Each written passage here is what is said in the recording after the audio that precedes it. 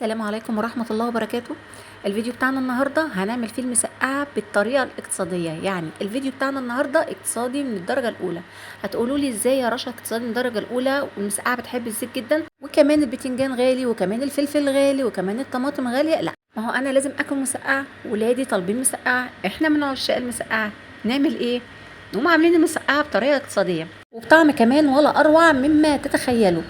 بس قبل ما نبدا مع بعض الفيديو، لو اول مره تمر على قناتي، انا اسمي رشا ودي قناتي.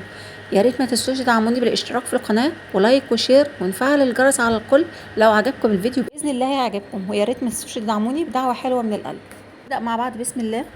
بدايه هنا انا كان عندي كيلو بتنجان مسقعه، جبته قشرته قطعته قطع طرنشة زي ما انتم شايفين كده مكعبات، وبعدين هحط عليه رشه ملح واقلبه، وبعدين هغمسه في الميه، يعني هحطه في ميه كمان واغطسه في ميه كويس عشان ما يسودش معايا.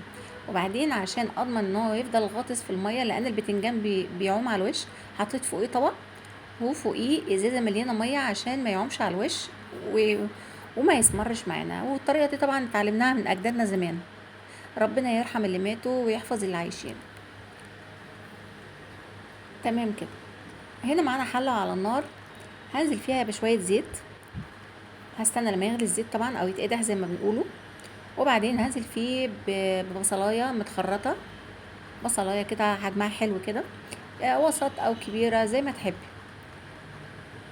خرطناها وهنقلبها، هنديها تشويحه كده لحد ما تبتدي تدبل معانا. انا مش عايزاها تحمر زي ما انتم شايفين كده، هفضل اقلب لاني مش عايزاها تحمر معايا، انا عايزاها بس يا دوبك تدبل. تمام كده. هنا ابتدت تدبل معايا،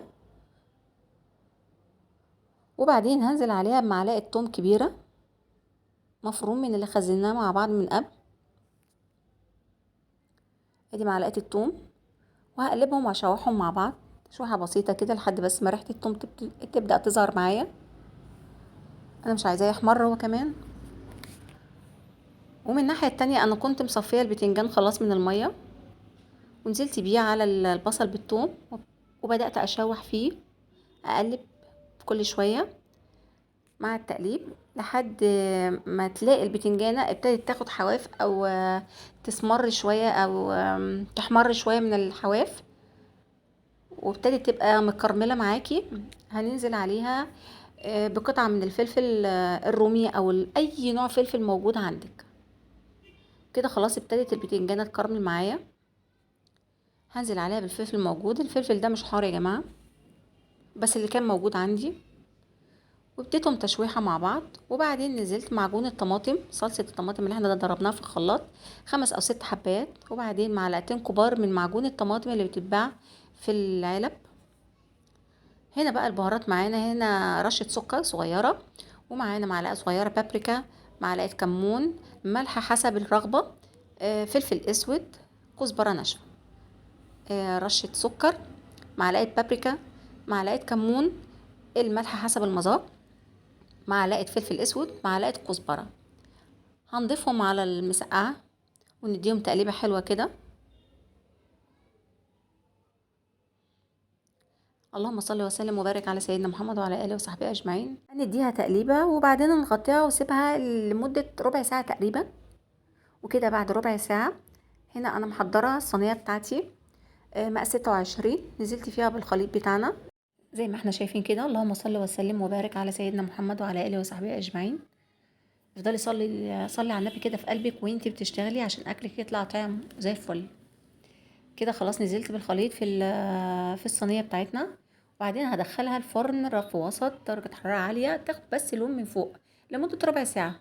برضو الحاجه طعمها في الفرن بيفرق كمان. كده تمام. وكده بعد ما طلعت من الفرن خدت اللسعه اللي انا بحبها، بسم الله ما شاء الله ولا قوه الا بالله. والله العظيم انا بقسم لكم بالله ان المسقعه دي مش هتبطلي تعمليها تاني.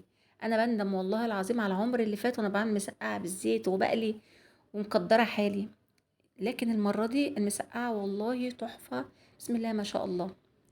يا ريت الفيديو بتاعنا النهاردة تكوني استفدت منه ولو بحاجة بسيطة، ويا ريت ما تبخلوش عليا ولو بلايك او تعليق او دعوة حلوة من القلب. وبألف هنا على قلبكم، والسلام عليكم ورحمة الله وبركاته.